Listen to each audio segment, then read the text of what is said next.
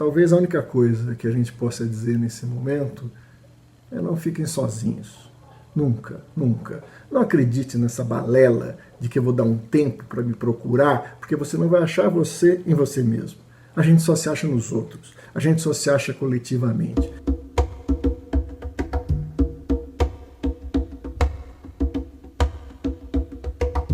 Olá, anda meio triste? Bem-vindos ao nosso Café Bolchevique. É normal, compreensível que numa situação como essa, numa conjuntura política tão difícil, onde o mundo e o país parecem ter capotado para trás, que aquelas nossas questões de fundo, pessoais, nos levem a momentos de profunda tristeza e, em casos limites, de depressão. É compreensível, todo mundo tem os seus limites, todo mundo tem as suas formas de viver as contradições da vida. No entanto, é bom que a gente pense que esses momentos que nós estamos enfrentando, por mais dramáticos que possam parecer para a gente, têm que ser colocados em perspectiva. Chega a ser até injusto que a gente considere tão dramáticos esses tempos ridículos em que estamos envolvidos, não é verdade? Se a gente pensar que a humanidade já enfrentou catástrofes da dimensão do nazifascismo, se a gente pensar o quanto é desesperador a situação do povo palestino numa cidade em ruínas, sitiada e atacada constantemente pelo sionismo do Estado de Israel, se a gente considerar a dramaticidade daqueles povos deslocados, né, que atravessam sem ter certeza se vão chegar oceanos tenebrosos, né, tudo isso coloca em perspectiva nossas pequenas ou grandes angústias. No entanto, isso ajuda pouco aquele que está sofrendo, porque nossas angústias e nossos medos, nossos desesperos não podem ser relativizados comparativamente, né? Para quem sofre, para quem vê o mundo sumir sob os seus pés, pequenas ou grandes catástrofes assumem dimensões que para o indivíduo podem ser bastante significativas, levando à percepção que nós não temos saída. Em grande medida, a depressão é essa sensação de que a gente não vê no curto prazo uma alternativa, né? Muitas pessoas em situação de desespero resolvem pela porta de saída, né? Resolvem colocar fim a esse sofrimento. Muitas vezes é trágico, porque logo ali à frente tinha uma esperança a que se agarrar.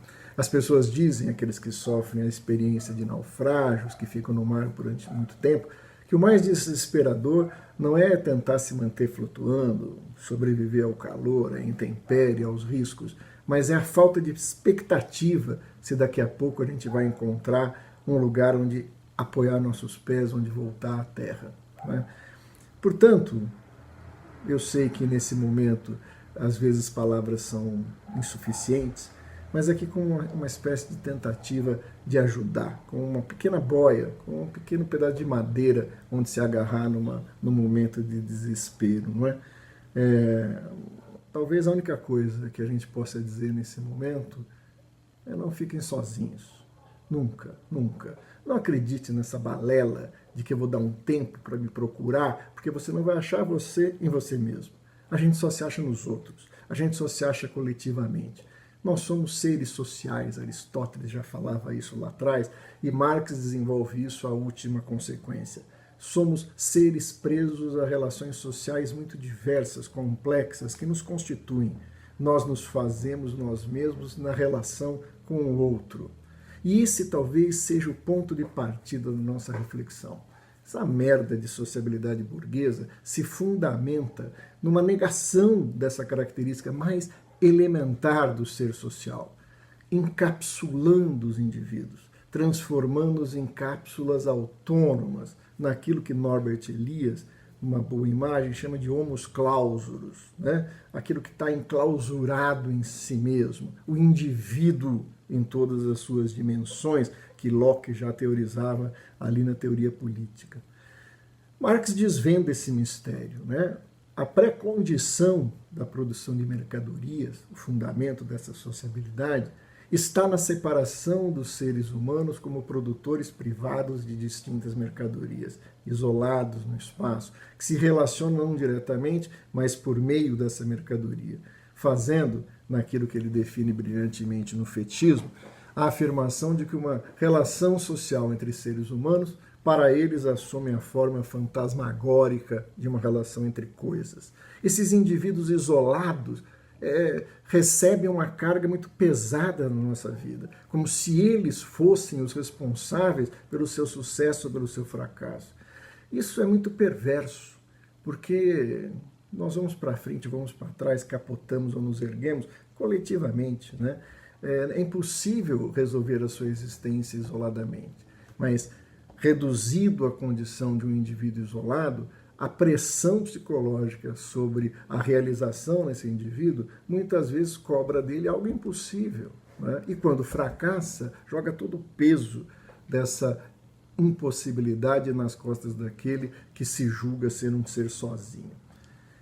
Isso conforma um primeiro momento, né, da consciência, aquilo que o Marx bem descreveu no Capital, em uma passagem isolada na ideologia alemã junto com Engels, onde ele vai afirmar que a forma inicial da classe não é a classe, é o indivíduo fragmentado, isolado, em concorrência contra os indivíduos, que vê no outro nada mais do que um adversário na disputa por um lugar na divisão social do trabalho.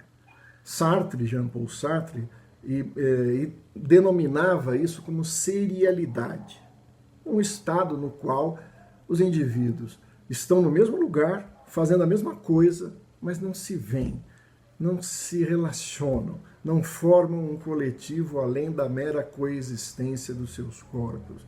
Uma multidão de solidões no mesmo lugar, isolados e sozinhos.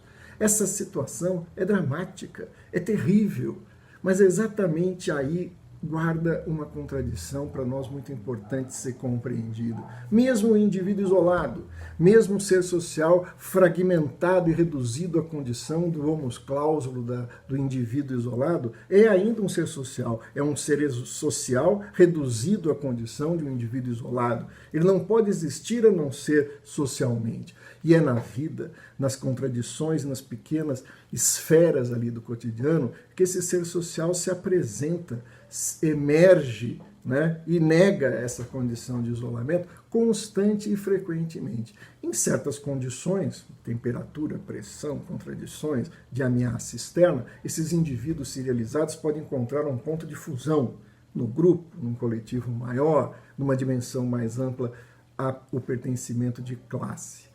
É um momento muito rico em que o indivíduo descobre uma força que não tinha, uma força que ele julgava ser inexistente. Ele se vê diante de uma impossibilidade que ele supera exatamente porque ele se apresenta com um ser que vai além dele, né? O Pablo Neruda, no seu famoso Canto Geral, quando dedica uma parte da sua obra ao seu partido, ele fala: ao meu partido, porque com ele aprendi que eu não termino em mim mesmo. Olha que imagem bonita, né? A gente não pode achar que termina em nós mesmos, né? A gente sempre vai além, a gente é constituído por essa forma coletiva maravilhosa que é a sociedade. Ou como Mayakovsky, no alto daquela maravilhosa experiência caótica que foi a Revolução Russa, quando pôde dizer num de seus poemas: algo em mim se empenha em sair como um louco. Eu, para mim, é pouco. Eu, para mim, é pouco. É muito pouco. Aquilo que a gente pode ser está além das fronteiras desse ser individual, dessa coisa mesquinha que é o indivíduo burguês. Está na coletividade, está nas relações que somos capazes de estabelecer com o outro. Ocorre que na sociabilidade burguesa, determinada pela alienação do trabalho, determinada pela reificação e pelo fetichismo, essa relação com o outro também se degrada. O outro vira um mero meio para a realização das necessidades egoístas do indivíduo. A gente se relaciona para usar o outro, né, para explorá-lo ou subjugá-lo às nossas necessidades egoístas.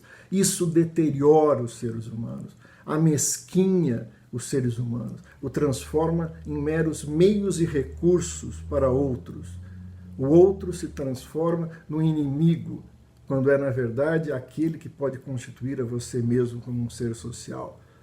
Essa dimensão é dramática. Por isso você a nega, você pode buscar uma alternativa a isso, buscando o que a gente está chamando aí de relações autênticas. Porque é difícil, né? Como é que a gente pode identificar uma relação autêntica? Às vezes só no final, quando é tarde demais. Mas é uma relação em que você sai magoado ou alegre, né? Triste ou feliz, desconstruído ou preparado para a vida, mas sempre marcado profundamente pelas pegadas que o outro deixou em você. É algo que dói, é algo que toda desconstrução dói, né? Toda recriação destrói e recria. Não é algo simples. Por isso que você tem que fugir dessa fetichizada relação em que aparenta ser uma conexão com os demais, quando na verdade é uma forma fetichizada. As redes sociais são um bom exemplo disso. Você parece estar em conexão com muitas pessoas, mas não está. É uma relação entre seres humanos na forma fantasmagórica de uma relação entre smartphones, entre pulsos digitais. Não tem o outro ali. A relação com o outro não pode ser reduzida a um like, a uma carinha alegre ou triste, ou raivosa ou espantada. Uma relação social é algo que penetra, é algo que permite que você veja a sua dor no outro, mas fundamentalmente veja aquilo que o outro sente como sua própria dor, suas próprias contradições, permitindo aí a fusão, uma fusão que é muito mais do que o número de amigos que pode aparecer naquela sua telinha, né? É algo muito mais profundo. Nós podemos enfrentar esse abismo, nós podemos cruzá-los, mas nós só podemos fazer isso juntos. Então, sem julgar, sem condenar, pensa bem, todo mundo faz muita falta na hora de construir uma nova sociabilidade e negar essa sociabilidade burguesa, amescanhada, reduzida a indivíduos isolados e serializados. Bom, espero que você esteja aí do outro lado. Grande abraço e até o nosso próximo Café Bolchevique. Eu sou Mauro Iazzi e esse é o nosso Café Bolchevique. Todos os meses nós vamos pegar certos conceitos, categorias-chave da teoria marxista e pensar sobre eles à luz dos acontecimentos do Brasil, do mundo, na nossa conjuntura atual. Se inscreva no canal e venha tomar esse café com a gente. É um café encorpado, forte. Quem sabe você acorda. A gente se vê por aí.